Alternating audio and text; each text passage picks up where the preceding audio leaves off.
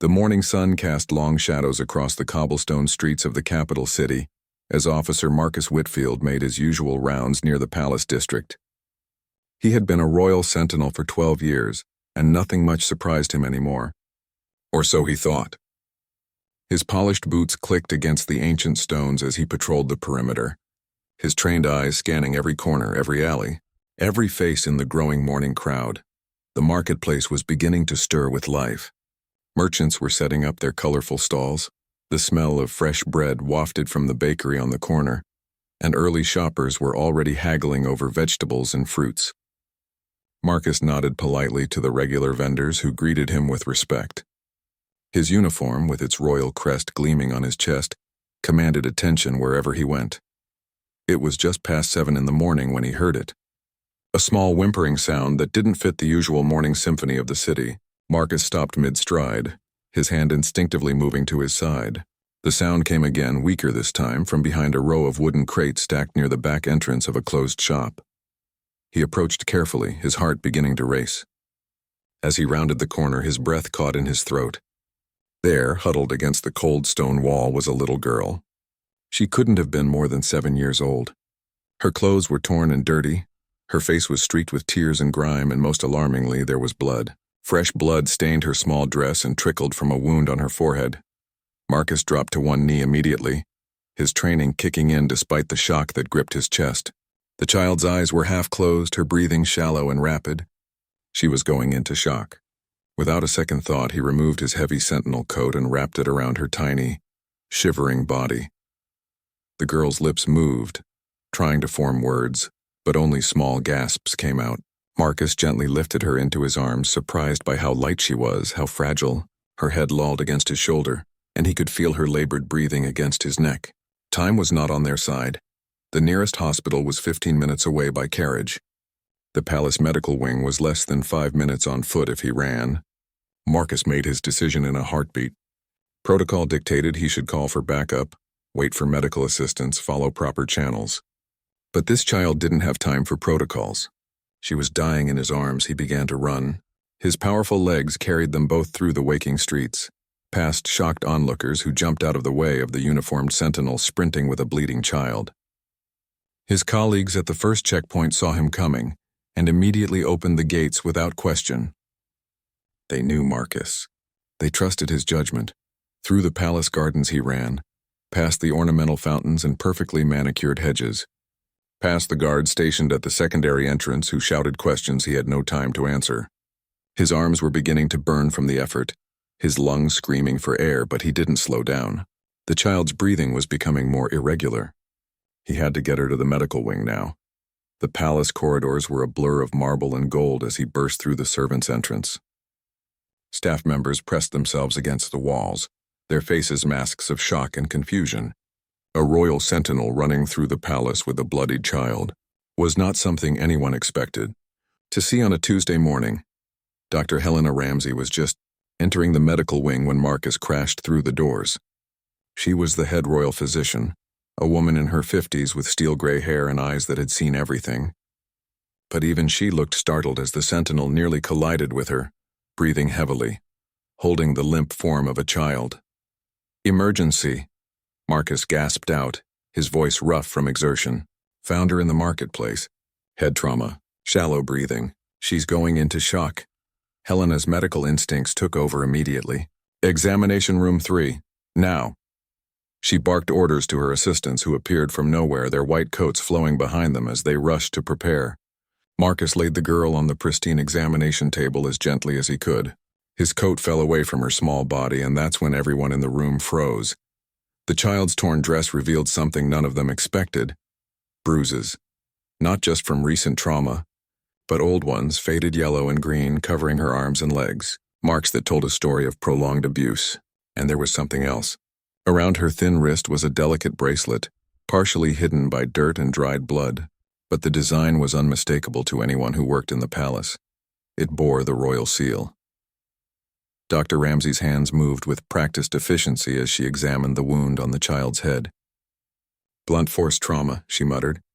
"Recent, within the last few hours. But these other injuries..." Her voice trailed off as her experienced eyes took in the full picture of what she was seeing. Marcus stood back, his heart pounding, watching as the medical team worked to stabilize the girl. An IV was inserted, machines were attached, monitoring her weak vital signs. The beeping of the heart monitor was the only sound in the suddenly quiet room. Each beep was a small victory, proof that she was still fighting. "Who is she?" one of the younger nurses whispered, her eyes fixed on the bracelet. "I don't know," Marcus replied, his voice heavy with concern. "I found her alone, abandoned behind the marketplace." "No one was with her?" Dr. Ramsey's jaw tightened as she cleaned the head wound. It was deep but not critical. The child would survive the physical trauma, but the psychological scars were another matter entirely. "Marcus," she said quietly, her eyes meeting his. "This wasn't an accident. These injuries, the pattern of bruising, the way she was found, this child has been systematically abused." The words hung in the air like a death sentence. Marcus felt anger rising in his chest, hot and fierce. Someone had done this to an innocent child. Someone had hurt her, abandoned her, left her to die in an alley like garbage. "The bracelet," Dr. Ramsey continued, her voice barely above a whisper. "We need to find out where this came from. If this child has any connection to the royal household." She didn't finish the sentence. They both knew what it could mean. Marcus nodded slowly, his mind already racing ahead. This was bigger than a simple case of child abandonment. This could be a scandal that rocked the very foundations of the monarchy. But right now, none of that mattered. What mattered was the small, broken girl lying unconscious on the examination table, fighting for her life. The child remained unconscious for 3 hours. Marcus refused to leave the medical wing, despite having missed his entire shift and ignoring multiple calls on his radio. He sat on a hard wooden chair outside the examination room, his Sentinel coat still blood-stained and crumpled on the floor beside him. Other guards came and went, asking questions he couldn't answer, but his captain, Thomas Brennan, eventually arrived and simply sat beside him in silence. Captain Brennan was a man of few words but deep understanding. He had been Marcus's mentor when he first joined the Royal Guard, had taught him that being a sentinel meant more than just following orders. It meant having a moral compass that pointed true north, even when that direction led into difficult territory. "Tell me what happened," Brennan said finally, his voice calm and measured. Marcus recounted everything from the moment he heard the child's whimper to the discovery of the bracelet. Brennan listened without interruption, his weathered face growing darker with each detail. When Marcus finished, the captain was quiet for a long moment. "You did the right thing bringing her here," Brennan said at last. "But you know this is going to cause problems. Big problems. That bracelet means this child is connected to someone in the royal household. And if someone in the palace is responsible for her condition, then we need to find out who," Marcus finished firmly.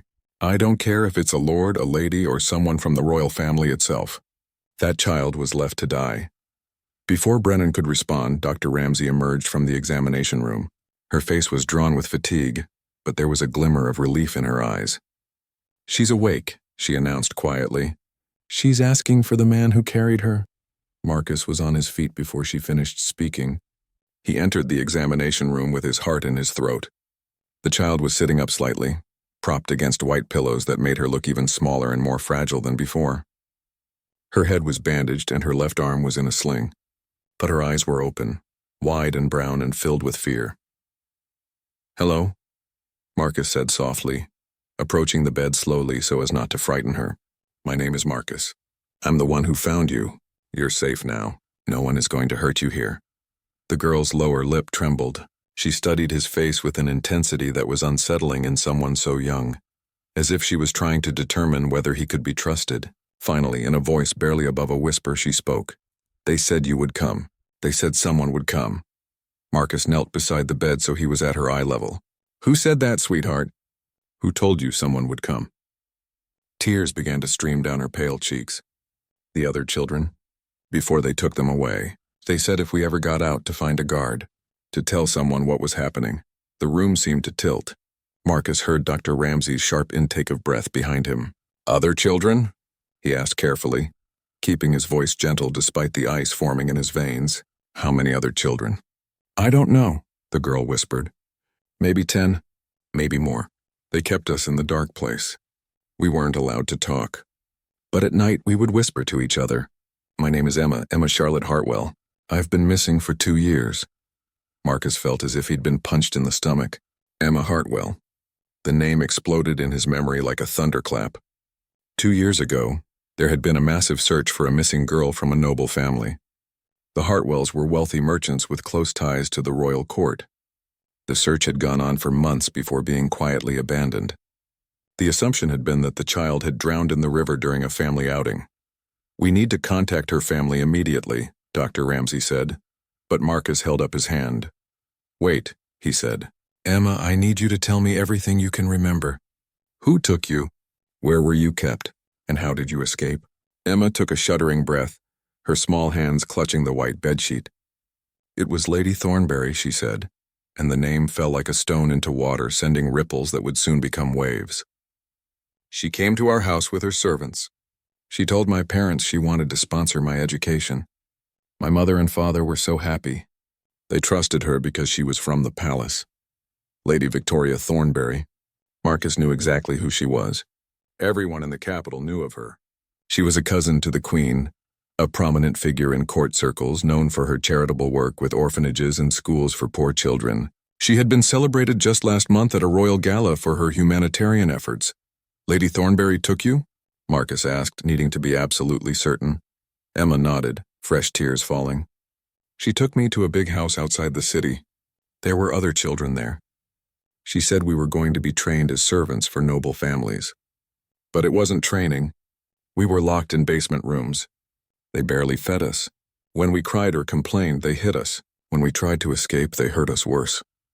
Dr. Ramsey had her hand over her mouth, her eyes wide with horror. Marcus felt his fists clenching involuntarily. How did you get away, Emma? Last night there was a big argument upstairs. I heard shouting, things breaking. One of the guards forgot to lock my door properly when he went to see what was happening. I ran as fast as I could through the dark. I didn't know where I was going. I just ran until I couldn't run anymore. Then I hid in those boxes and I was so scared. I thought they would find me. I thought I was going to die. Marcus reached out slowly and placed his hand gently on hers. You're not going to die, Emma. You're incredibly brave. You survived and now you're going to help us save those other children. But they'll kill them, Emma said urgently, trying to sit up further and wincing with pain. When they discover I'm gone, they'll move the other children. They always said that if anyone escaped, they would move everyone and we'd never be found. We have to help them now. Captain Brennan had entered the room during Emma's account and now he stepped forward, his face grim and determined. Marcus, I need you to stay with the child. Doctor, I need you to document every injury, every detail. No one else enters this room except personnel we absolutely trust. I'm going directly to the king. The king? Marcus repeated, surprised. Yes, Brennan said firmly. If Lady Thornberry is involved, this goes higher than the regular courts. This is a matter that requires royal authority. We're going to need warrants, armed escorts, and most importantly, we're going to need to move fast before word gets out that the girl has been found. Dr. Ramsey nodded. I'll prepare a full medical report. The evidence of prolonged abuse is irrefutable. Whoever did this to her and those other children is going to face justice.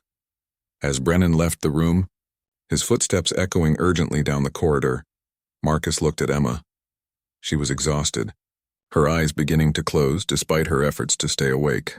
Rest now, he told her gently. I promise you I'm going to stay right here. I won't let anyone hurt you again.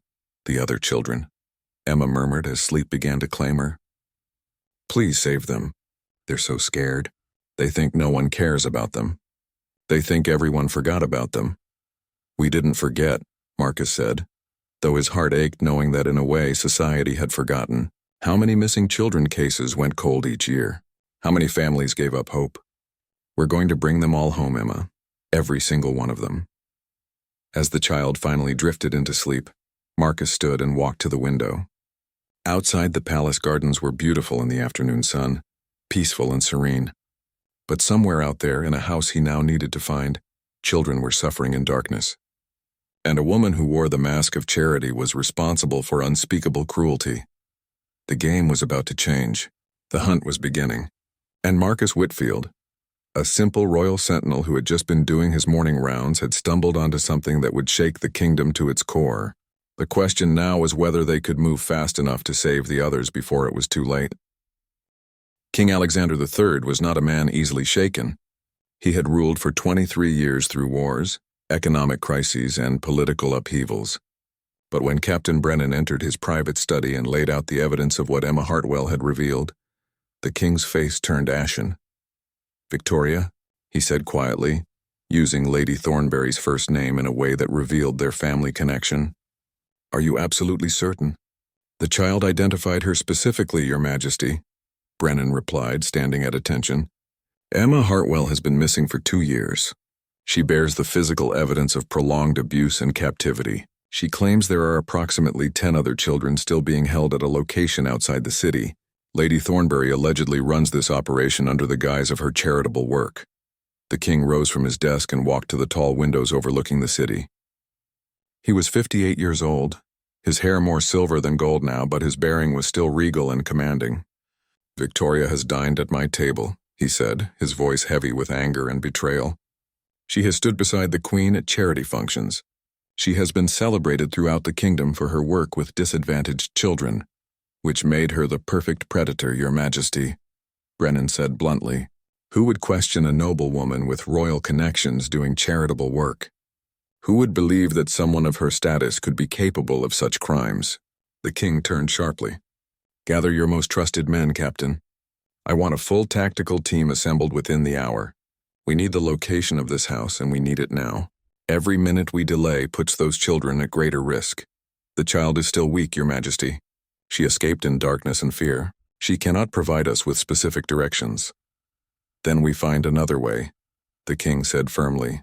"Lady Thornberry owns multiple properties. I want records pulled immediately. Tax documents, property registries, anything that shows what she owns and where. I'll have my secretary provide access to all royal records. And Captain?" "Yes, Your Majesty?" "This investigation is to be conducted with absolute discretion until we have those children safe. If word reaches Lady Thornberry that the girl has been found, if she even suspects we are coming, she will disappear and take evidence with her. We get one chance at this, one chance to save those children and bring the guilty to justice." Within 30 minutes, the palace became a hive of urgent but quiet activity. Marcus remained with Emma, who slept fitfully, occasionally crying out in her sleep.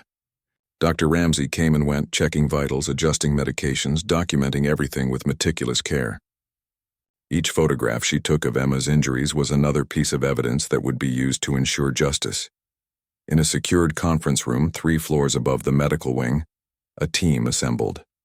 Captain Brennan led the briefing, spreading maps and property documents across a large table. Present were 6 of the most trusted royal sentinels, 2 royal investigators and Lord Justice Hammond, the king's chief legal advisor. Lady Victoria Thornberry, Brennan began, pointing to a photograph on the wall, is 42-years-old cousin to Queen Margaret, and has been a prominent figure in court society for the past 15 years. According to property records, she owns 7 properties in and around the capital. One of the investigators, a sharp-eyed woman named Catherine Wells, stepped forward. "We can eliminate 4 immediately. Her primary residence is in the Palace District with staff present at all times, too visible for this kind of operation. 2 properties are rented out to tenant families regularly inspected. Another is a cottage in the northern countryside that she uses for summer holidays, small and frequently visited by locals. That leaves 3 properties," Brennan continued, marking them on the map. "A townhouse in the merchant district largely unused, a warehouse near the docks registered as storage for her charitable operations, and an estate 15 miles outside the city, registered as a training facility for domestic servants." Marcus, who had been called up for the briefing, studied the map. "The estate," he said suddenly. "Emma said it was a big house outside the city. She said she ran until she couldn't run anymore, then hid. If she ran for several hours in darkness from a location 15 miles out, she could have made it to the edge of the city by dawn, which is when I found her." Catherine Wells nodded. "The estate matches. According to records, it was purchased 8 years ago. Planning permission was granted for a residential training facility. The property is registered as Thornberry Educational Services. On paper, it's a legitimate operation providing vocational training to orphaned and disadvantaged youth." "The perfect cover," Lord Justice Hammond said grimly. She takes children from families or orphanages, claiming she's providing them with opportunities. Who would question it? The families would be grateful.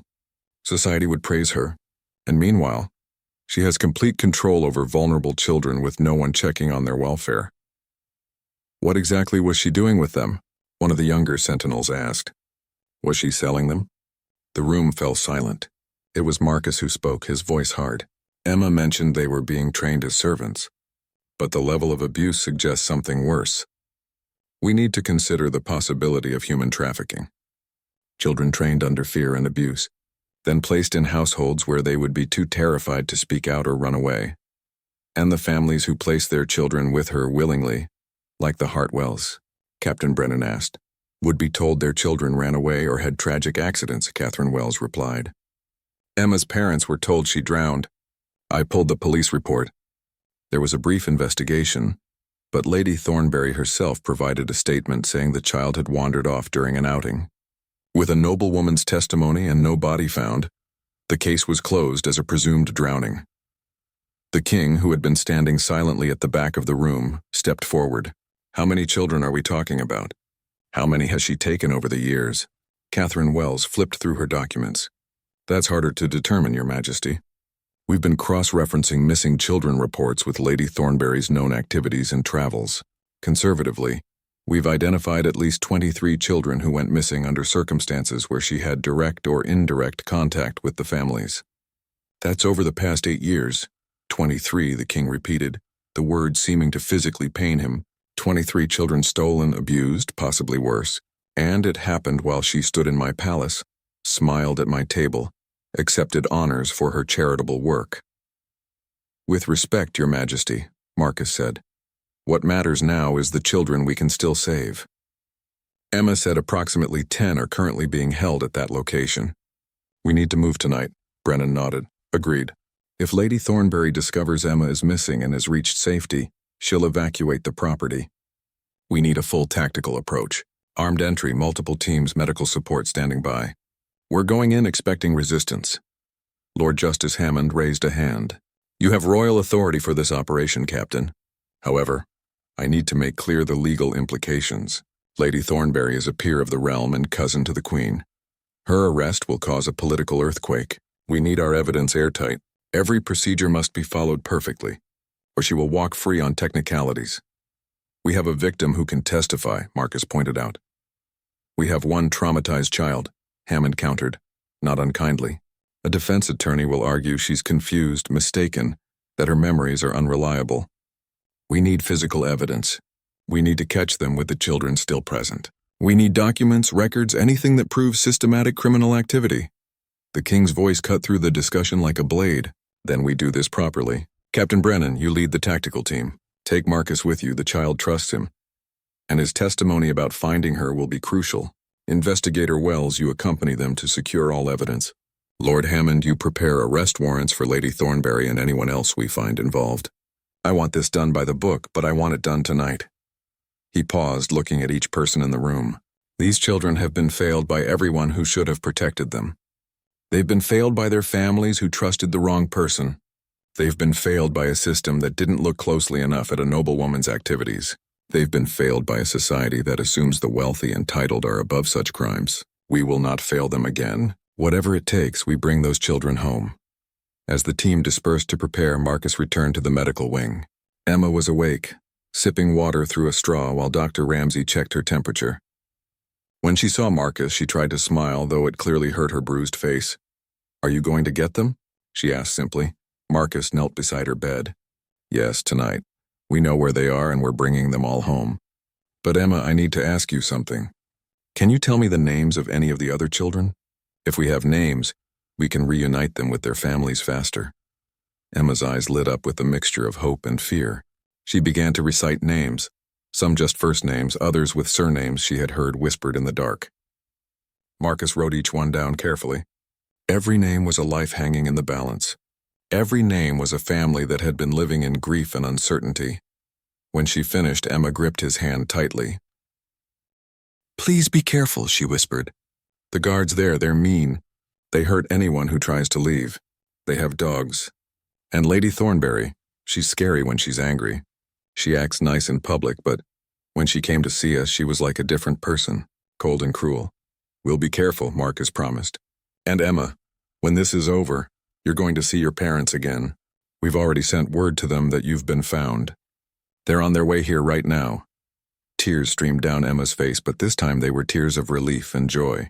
Really, my mummy and daddy are coming? Really? They never stopped looking for you.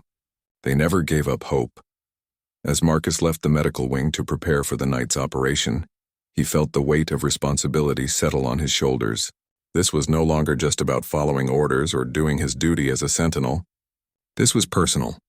He had held Emma's broken body in his arms. He had heard her story. He had looked into the eyes of a child who had survived unspeakable cruelty. Tonight they would end Lady Thornbury's reign of terror. Tonight, justice would come calling at her door. And Marcus would be there to make sure she answered for her crimes. The moon was hidden behind thick clouds as 3 unmarked carriages rolled silently out of the palace grounds just after midnight. Inside the vehicles sat 12 royal sentinels in dark tactical gear. Investigator Catherine Wells with her team of evidence collectors, Dr. Ramsay with 2 medical assistants, and Marcus Whitfield, who had traded his ceremonial uniform for the practical black clothing of a raid team. Captain Brennan rode in the lead carriage, studying maps and architectural drawings of the Thornbury estate one final time. The property sat on 20 acres of isolated land, surrounded by dense woods. The main house was a 3-story manor with extensive basement levels. According to old building permits, the basement had been expanded significantly 5 years ago, supposedly to create storage and training facilities. That's where they'll be, Brennan muttered, tapping the basement plans. Underground, soundproof, invisible to anyone passing by. Marcus checked his equipment for the 3rd time. He wasn't a natural soldier, had never enjoyed the aggressive aspects of his job. But tonight he felt a cold determination settling over him. Somewhere in that house, children were sleeping in fear, if they could sleep at all. Children who had been torn from their families, who had been hurt and terrorized and forgotten by the world. The carriages stopped a half-mile from the estate, hidden among trees off the main road. The teams disembarked in silence, communicating through hand signals and whispered words. The night air was cold and their breath formed small clouds in the darkness. Brennan gathered everyone close. We have intelligence that there are at least 4 guards on the property, possibly more. Dogs are confirmed. Unknown number of staff inside the house. Our priority is the children's safety. We do not engage unless necessary.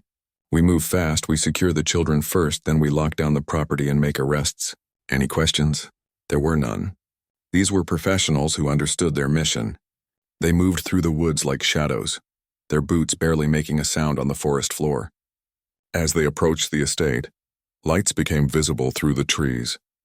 The manor house stood illuminated against the dark sky, its windows glowing warmly. It looked peaceful, almost welcoming, a perfect disguise for the horror within. 2 guards were stationed at the main gate, smoking cigarettes and talking in low voices. They never saw the sentinels approach from behind. Within seconds, both men were disarmed and restrained, their shocked protests muffled. They wore no official uniforms, just dark clothing, which told Marcus everything he needed to know. These weren't legitimate security personnel. These were criminals. The team split into 3 groups. One secured the perimeter, ensuring no one could escape. Another moved to the main house to apprehend any staff and Lady Thornbury herself. Marcus went with Brennan's team, the one tasked with reaching the basement and finding the children. They approached a side entrance that the architectural plans showed led directly to basement stairs. The door was locked, but their specialist had it open in less than 30 seconds. Inside, the house was quiet but not silent. Music played softly from an upper floor. Somewhere, a clock chimed the hour. The contrast between the elegant normality of the house and what they knew was happening below ground made Marcus's skin crawl. The basement stairs were steep and narrow, descending into darkness. Brennan led the way, his weapon drawn, Marcus right behind him. As they descended, the temperature dropped noticeably. The walls changed from finished wood to bare stone. This was the old part of the house, the foundation that had been there for centuries. At the bottom of the stairs was a heavy metal door with multiple locks. Fresh scratches around the lock mechanism suggested they were used frequently. Brennan signaled to their specialist again, but before he could begin working, they heard something that made everyone freeze. Crying. a child's muffled sobbing coming from beyond the door. The specialist worked faster, his hands moving with urgent precision. The locks clicked open one by one. When the final bolt slid free, Brennan pushed the door open, and what they saw made even seasoned sentinels pause in shock. The basement had been converted into a series of small cells. Rough wooden walls divided what had once been open space into cramped compartments, each barely large enough for a small bed. There were no windows, no natural light. A few dim bulbs provided the only illumination, casting harsh shadows. The smell was overwhelming, unwashed bodies, fear, and despair. In the nearest cell, visible through gaps in the wooden slats, a small figure huddled on a thin mattress. Brennan approached slowly, holstering his weapon so as not to frighten anyone. "My name is Captain Thomas Brennan," he said clearly but gently. "I'm from the Royal Guard. We're here to help you. You're safe now. We're taking you home." For a long moment, nothing happened. Then slowly a face appeared at the gap in the wood. A boy, maybe 9 years old, with hollow eyes and a gaunt face. "Is this a trick?" he whispered. "Lady Thornberry likes tricks. She says we can leave, then hurts us when we try." Marcus stepped forward, his heart breaking at the fear in the child's voice. "This isn't a trick. Look at our uniforms. We're Royal Sentinels. We're here because a very brave girl named Emma escaped and told us where to find you. She wanted us to save you." "Emma?" The boy's voice cracked. "Emma got away? She's alive?" "She's alive, she's safe, and she's being taken care of at the palace. And now we're going to get all of you out of here." The basement became a controlled chaos of activity. The cells were quickly opened one by one. 9 children emerged, blinking in the light, their ages ranging from about 6 to 13. They were painfully thin, dressed in dirty clothing, some barefoot despite the cold. Every single one bore visible signs of abuse, bruises, cuts, marks from restraints. Dr. Ramsey and her team moved among them immediately, conducting quick assessments, offering water and warm blankets brought from the carriages. The children were quiet at first, almost eerily so, as if they had learned that silence was survival. But as they began to understand they were truly being rescued, emotions overwhelmed them. Some cried. Some couldn't stop talking. One little girl attached herself to Marcus and wouldn't let go, her small arms wrapped around his leg. Catherine Wells and her evidence team photographed everything: the cells, the conditions, the chains that had been used to restrain children who tried to escape. They collected documents from a small office in the corner of the basement, ledgers that appeared to track the children like inventory, noting their training progress and disciplinary measures in cold clinical language. Above them in the main house, the other teams were conducting their arrests. 4 staff members were taken into custody, along with 2 more guards who had been sleeping in the servants' quarters. All claimed ignorance of what was happening in the basement.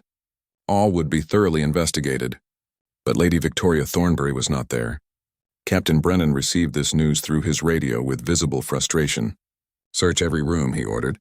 "She has to be here somewhere." But she wasn't. Her bedroom showed signs of hasty packing. Her wardrobe was half empty. Papers in her study suggested she had been preparing to leave.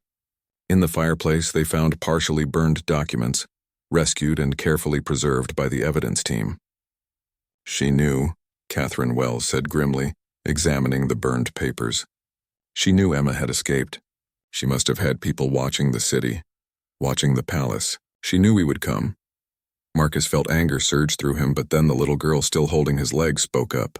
"She left this morning," the child whispered. "She came down to the basement very early. She was angry. She asked if anyone knew where Emma was. When nobody answered, she hit Thomas." The girl pointed to the boy who had first appeared at the cell door. "Then she left. She told the guards to keep us quiet and not feed us until she came back." Brennan knelt beside the girl. "Do you know where she went?" The child shook her head, but Thomas, nursing a bruised cheek, spoke up. "I heard her talking to one of the guards. She said something about the port. About a ship. She was yelling about how everything was ruined, how she needed to disappear before the palace discovered the truth." "The port," Brennan repeated. The trial of Lady Victoria Thornberry began 6 weeks after her arrest, and the kingdom had never seen anything quite like it. The grand courthouse in the capital was surrounded by crowds every single day. Some came to protest, carrying signs demanding justice for the children. Others came simply to witness history. to see a member of the aristocracy held accountable for crimes that would have once been buried under privilege and influence. Inside the courthouse, the atmosphere was tense and electric. Lady Thornbury sat at the defendant's table, her expensive legal team arranged around her like shields.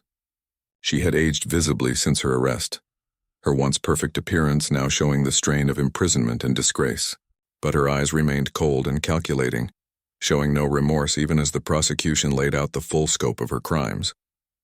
The lead prosecutor was Lord Edward Hastings, a veteran legal mind known for his thorough preparation and unwillingness to be intimidated by wealth or status.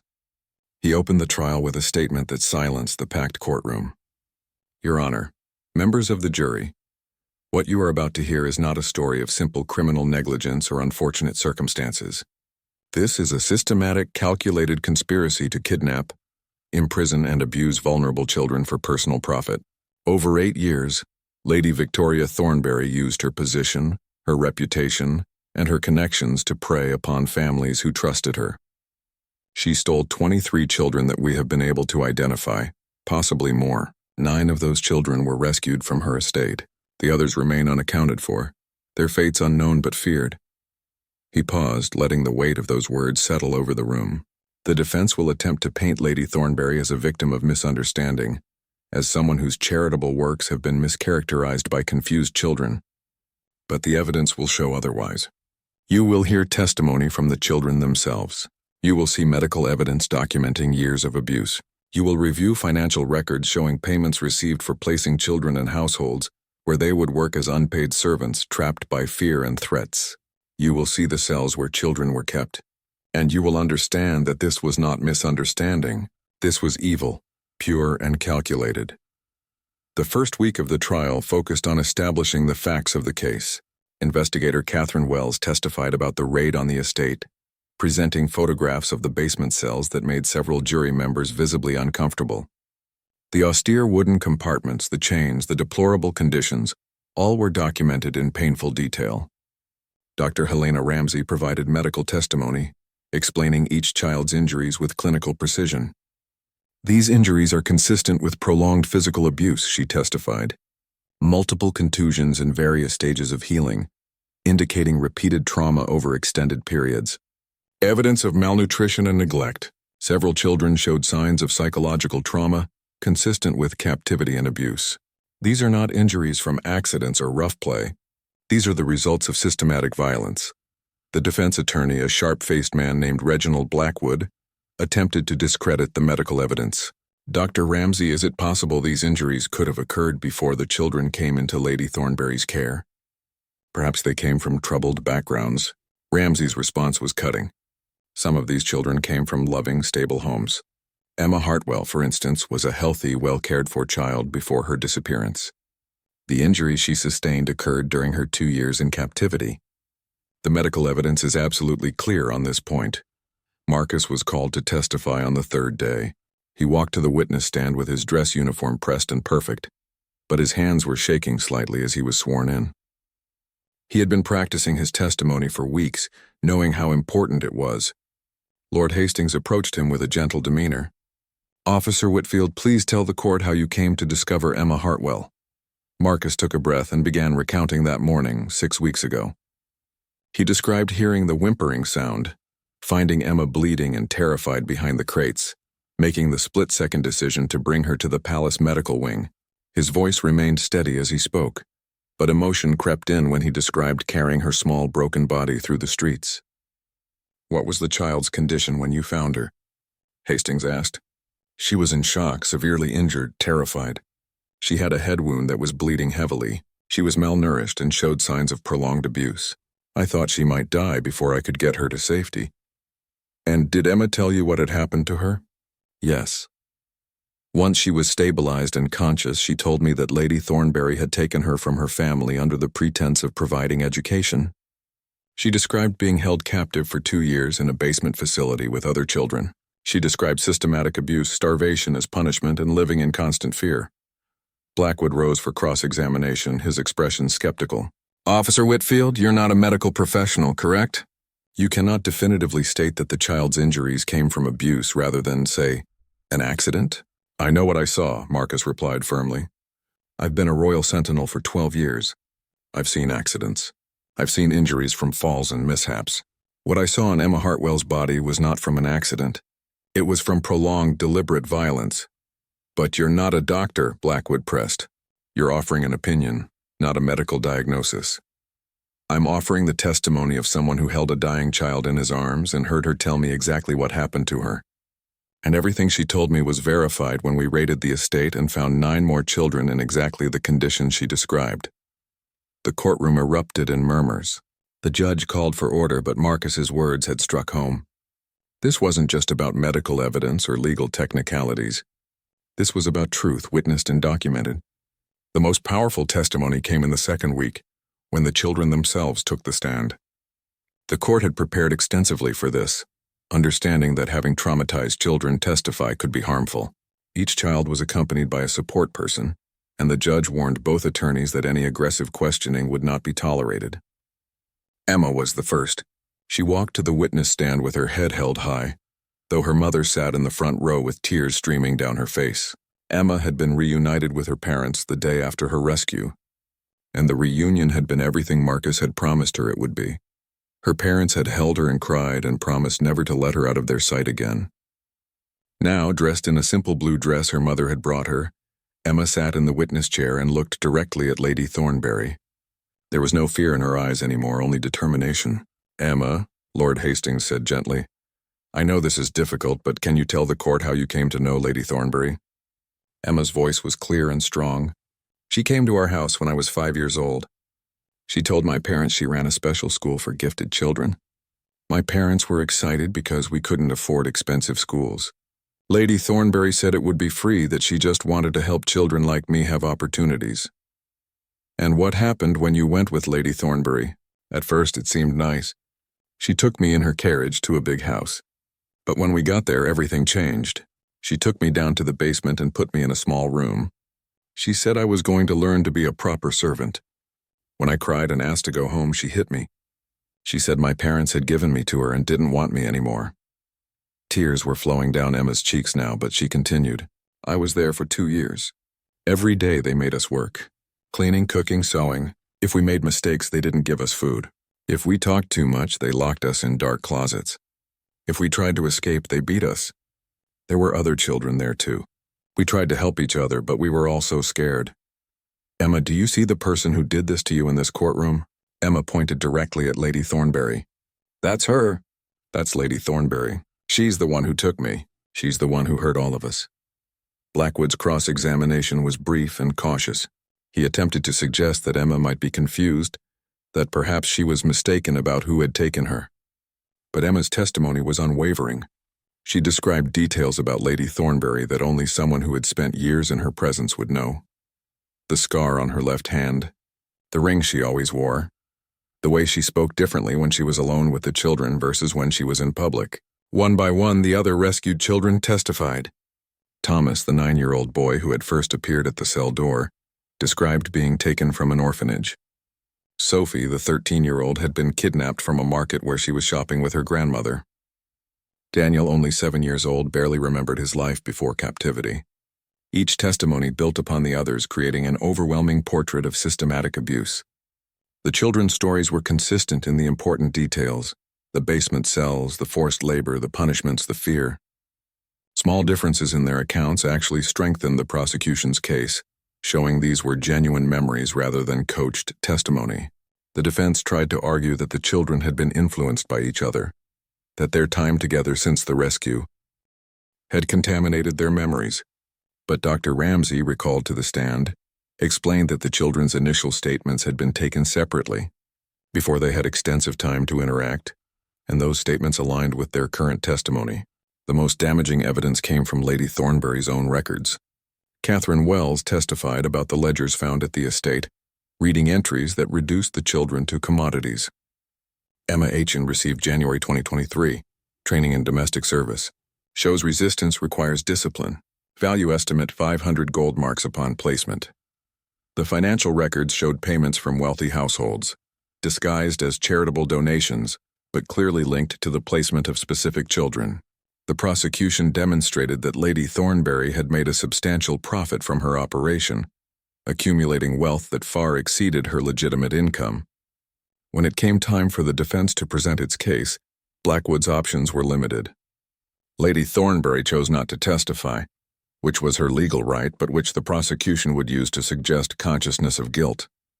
Instead, the defense called character witnesses, other nobles who testified to Lady Thornbury's reputation for charity and her standing in society. But Lord Hastings dismantled these testimonies efficiently. These witnesses knew Lady Thornbury in public settings, at social functions and charity events. They never saw the basement at her estate. They never spoke to the children she was supposedly helping. They saw only the mask she wore, not the monster beneath it. The closing arguments came after 3 weeks of testimony. Blackwood made a final attempt to create reasonable doubt, suggesting that perhaps Lady Thornbury had been deceived by unscrupulous employees, that perhaps she didn't know the full extent of what was happening at her own estate. But Lord Hastings's closing argument was powerful and emotional. The defense would have you believe that Lady Thornbury was somehow ignorant of children being imprisoned and abused in her own property, that she somehow didn't notice payments being made into her accounts, that she somehow didn't know about the operation she had been running for 8 years. This is not credible. Ladies and gentlemen of the jury, you have heard from the victims themselves. You have seen the evidence. You have looked at the cells where children were kept like animals. You know the truth. Lady Victoria Thornbury used her position and reputation to prey upon the most vulnerable members of our society. She stole childhoods, destroyed families, and profited from suffering. The law must hold her accountable. Justice demands it. Those children deserve it. The jury deliberated for 7 hours. When they returned, the forewoman stood and delivered the verdict. Guilty on all 23 counts of kidnapping. Guilty on all counts of child abuse. Guilty on human trafficking charges. Guilty on fraud and conspiracy charges. Lady Thornbury showed no emotion as the verdicts were read, but in the gallery, families of the victims wept with relief. Emma, sitting between her parents, squeezed their hands tightly. Justice had been served. 3 months after the trial concluded, Marcus Whitfield found himself standing in the grand hall of the royal palace, surrounded by dozens of people whose lives had been forever changed by one morning's decision to investigate a child's cry for help. The king had called for a special ceremony, and though Marcus had tried to decline the attention, Captain Brennan had made it clear that attendance was not optional. Lady Victoria Thornbury had been sentenced to life imprisonment without the possibility of parole, one of the harshest sentences ever handed down to a member of the nobility. Her assets had been seized and liquidated, with the proceeds going into a fund established to support the rescued children and other victims of trafficking. Her name had been stripped from every charitable organization she had founded, every building that bore her inscription, every honor she had received. History would remember her not as a philanthropist but as a criminal who preyed upon the innocent. 4 of her employees had also been convicted and sentenced to lengthy prison terms. The investigation had expanded beyond the estate, uncovering a network of individuals who had knowingly participated in the trafficking operation. Some had provided the children to households. Others had acted as recruiters, identifying vulnerable families. The legal proceedings would continue for months, but the core of the criminal organization had been dismantled. But today was not about punishment or legal victories. Today was about recognition and healing. The grand hall was decorated simply but elegantly. The rescued children sat in the front rows with their families. Emma was there with her parents, looking healthier than she had in months, though the shadows in her eyes showed that healing would be a long journey. Thomas sat with his new foster family, having been placed with a couple who had been searching for a child to love. Sophie was there with her grandmother, who had never stopped searching for her. Each child had a story of reunion or placement, each one a small miracle born from tragedy. King Alexander stood at the front of the hall, his presence commanding but his expression warm. "We are gathered today," he began, his voice carrying to every corner of the room, "to honor extraordinary courage and to acknowledge a debt that can never be fully repaid. 3 months ago, our kingdom was confronted with a terrible truth. Children were suffering in darkness while we went about our daily lives, unaware and unknowing. That truth came to light because of the actions of one man and the bravery of one child." He turned to look at Marcus. "Officer Marcus Whitfield, please step forward." Marcus walked to the front of the hall, his heart pounding. He had saved lives before in his career, had performed his duties with dedication, But he had never expected this kind of recognition. As he stood before the king, he was acutely aware of dozens of eyes upon him. On a morning that seemed like any other, the king continued, you heard a sound that most would have ignored. A small voice in distress. You could have walked past. You could have called for backup and waited. You could have followed procedures that would have taken precious time. Instead, you acted with compassion and courage. You carried a dying child through the streets to save her life. And in doing so, you saved 9 other children and brought a criminal to justice. The king picked up a medal from a velvet cushion beside him. It was the Royal Cross of Merit, one of the kingdom's highest honors, rarely awarded and never given lightly. For your service, your courage, and your unwavering commitment to protecting the innocent, I award you the Royal Cross of Merit. As the king pinned the medal to Marcus's uniform, applause erupted throughout the hall. But Marcus's eyes found Emma in the crowd, and she was smiling at him through tears. That smile meant more than any medal ever could. But the king was not finished.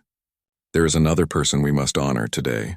A child who showed courage beyond her years, who survived unspeakable hardship and then risked everything to save others.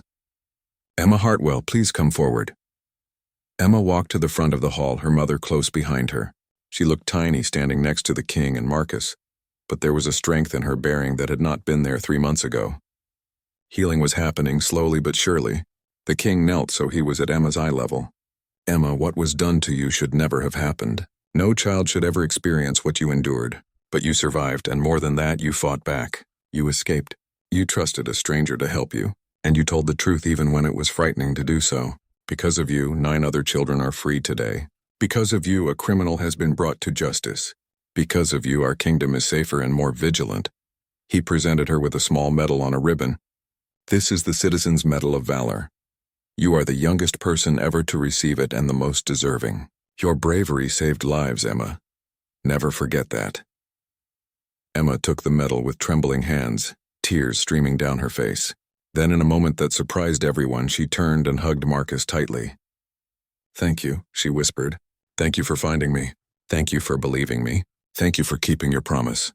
Marcus hugged her back, his own eyes wet with tears he didn't bother to hide. You saved yourself, Emma. You're the real hero here. The ceremony continued with recognition for the other team members who had participated in the rescue.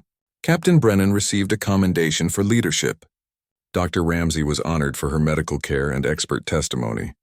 Investigator Catherine Wells was recognized for her thorough evidence collection that had made the prosecution's case unshakable. But the most moving part of the ceremony came when each of the rescued children was called forward individually. The king presented each one with a certificate and a scholarship fund that would ensure they received education, counseling, and support for years to come. It was his personal commitment that they would not be forgotten, that their recovery would be a priority for the kingdom. After the official ceremony concluded, a reception was held in the palace gardens. It was a warm afternoon, and the contrast between the dark memories of the past months and the bright sunlight of the present was almost overwhelming. Marcus found himself surrounded by grateful parents, people who wanted to shake his hand, to thank him, to tell him how much his actions had meant to their families. He accepted their thanks with humility, always redirecting credit to the team effort and to the children's own courage. Emma's parents, Robert and Catherine Heartfelt, approached him with tears in their eyes. We will never be able to thank you enough, Robert said, his voice breaking. You gave us our daughter back. You gave us hope when we had none left. Catherine embraced Marcus tightly. She talks about you often, she said. She says you're her guardian angel. In her room, she has a drawing she made. It's of you carrying her through the city. She calls it the day I was saved. Marcus didn't know what to say. He had only done what anyone should do, what his conscience demanded. But he was learning that sometimes, simple acts of humanity in the midst of evil resonated far beyond the moment. As the afternoon wore on, Marcus found a quiet corner of the garden and sat on a stone bench watching the children play. They were still healing, still processing their trauma, but they were playing, laughing, being children again. It was a sight he had wondered if he would ever see. Captain Brennan found him there. You did good work, Marcus. Really good work. We all did, Marcus replied. It was a team effort. True, Brennan acknowledged. But you were the one who chose to act in that moment. You were the one who heard that child's cry and decided it mattered more than procedures or protocols. That's the kind of sentinel I'm proud to serve with." He paused, then added, "The king has asked me to create a new division within the Royal Guard, a special unit dedicated to protecting vulnerable children, investigating exploitation, and coordinating with social services. He wants you to help lead it." Marcus looked at his captain in surprise. "Me? I'm just a patrol sentinel." "You're more than that, and you've proven it. You have the heart for this work, Marcus, the compassion and the courage it requires. Will you consider it?" Marcus looked back at the children in the garden. Emma was showing her medal to Thomas, both of them laughing about something. They had been through hell and emerged on the other side. They had survived, and they deserved a world where other children wouldn't have to go through what they had experienced. "Yes," Marcus said firmly. "I'll do it. Someone has to protect them. Someone has to make sure this never happens again." Over the following months, the new Child Protection Division became operational. It started small, just Marcus and 3 other carefully selected sentinels, but it grew as the need became apparent. They worked with orphanages to implement better oversight. They investigated suspicious charitable organizations. They trained other law enforcement personnel to recognize signs of trafficking and abuse. They created protocols for responding to missing children cases more effectively. The division's first major case came 4 months after its creation. A tip led them to a workshop where children were being forced to work in dangerous conditions. The rescue operation saved 12 children and led to multiple arrests, then another case and another. The work was difficult and often heartbreaking, but it was necessary. Emma and the other rescued children continued their healing journeys. Some progressed faster than others. All had difficult days when the memories became too much. But they also had good days. Days when they smiled genuinely, when they played without fear, when they dared to dream about futures that had once seemed impossible. Emma began speaking publicly about her experience, working with the Child Protection Division to educate the public about the realities of trafficking and exploitation.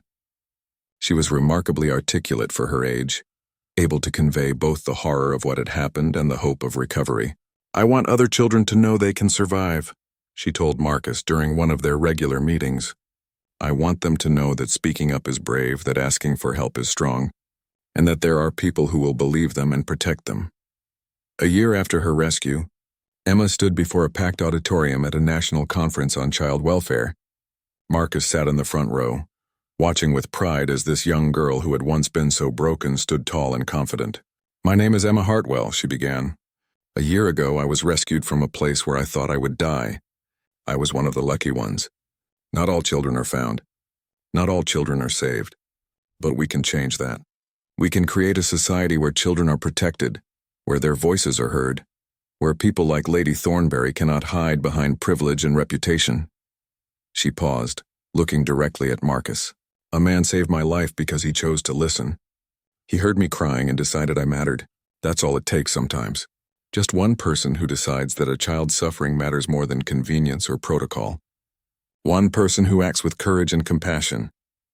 The audience rose in a standing ovation. Emma had become a symbol of survival and hope, a reminder that even in the darkest circumstances, humanity could prevail. As Marcus left the auditorium that day, his phone rang. It was the division's emergency line. Another tip had come in about suspicious activity at a warehouse near the port. Children's voices had been heard from inside. A new case, a new opportunity to make a difference. Marcus gathered his team and headed out, the Royal Cross of Merit gleaming on his uniform. He thought about that morning over a year ago when he had heard a small voice crying for help. He thought about the choice he had made to investigate, to care, to act. Every child deserved someone who would make that choice. Every child deserved a chance to be saved.